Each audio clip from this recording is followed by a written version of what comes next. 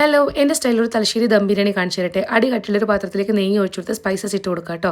ഇത് നമ്മുടെ കൈമ റൈസ്, ഇതിന് നല്ല കുതിർത്ത് വെച്ച റൈസാണ്, അരമണിക്കൂർ. അതിന് 1-1.5 കപ്പ് തിളച്ച വെള്ളം നല്ല കണക്കിൽ വെള്ളം ഒഴിച്ചു കൊടുക്കാം.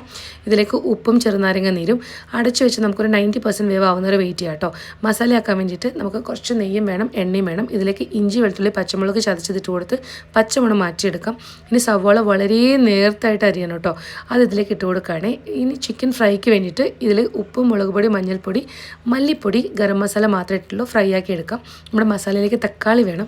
അതിലേക്ക് ആവശ്യത്തിന് ഉപ്പ്, മഞ്ഞൾപ്പൊടി, മുളക് പൊടി, മല്ലിപ്പൊടി, പിന്നെ ഞാൻ തന്നെ ഉണ്ടാക്കിയ ബിരിയാണി മസാലയാണ് കേട്ടോ. അതിൽ എന്തൊക്കെയാണ് നമ്മുടെ താഴെ കൊടുക്കാവേ. എന്നിട്ട് അതിൻ്റെ പച്ചമുളകൊക്കെ മാറി വരട്ടെ. ഇനി മല്ലിയിലയും വേണം, പുതിനയിലയും വേണം, കുറച്ച് തൈരും കൂടെ വേണം കേട്ടോ. ഇനി ഇതിലേക്ക് നമ്മൾ ഫ്രൈ ചെയ്ത് വെച്ചിരിക്കുന്ന നമ്മുടെ സവാള ഇട്ട് കൊടുക്കാം. അതുപോലെ നമ്മുടെ ഫ്രൈ ചെയ്ത് വെച്ച ചിക്കനും നന്നായിട്ട് മിക്സ് ചെയ്തെടുക്കാം കേട്ടോ. എന്നിട്ട് ഇതിലേക്ക് നമുക്ക് കുറച്ച് ചെറുനാരങ്ങ നീര് ഒഴിച്ച് കൊടുക്കുകയാണേ. ദം ചെയ്യാൻ വേണ്ടി താഴെ നമ്മൾ നെയ്യ് ഒഴിച്ച് കൊടുക്കുകയാണ്. അതിന് മുകളിലൂടെ മസാല ഇട്ട് കൊടുക്കാം. ഇനി നമുക്ക് നമ്മുടെ റൈസ് ഫില്ല് ചെയ്ത് കൊടുക്കാം കേട്ടോ. ഏറ്റവും മുകളിലായിട്ട് ഫ്രൈഡ് ഓണിയൻസും അതുപോലെ മല്ലിയില ഇട്ട് കൊടുക്കുകയാണ്. ഇനി തലശ്ശേരി ബിരിയാണിയൊക്കെ ബുദ്ധിമുട്ടാണ് ആരും വിചാരിക്കരുത് കേട്ടോ. ഇങ്ങനെ ഒന്ന് ട്രൈ ചെയ്ത് നോക്കിയിട്ട് എനിക്ക് കമൻറ്റ് ചെയ്യൂ. Okay, bye bye.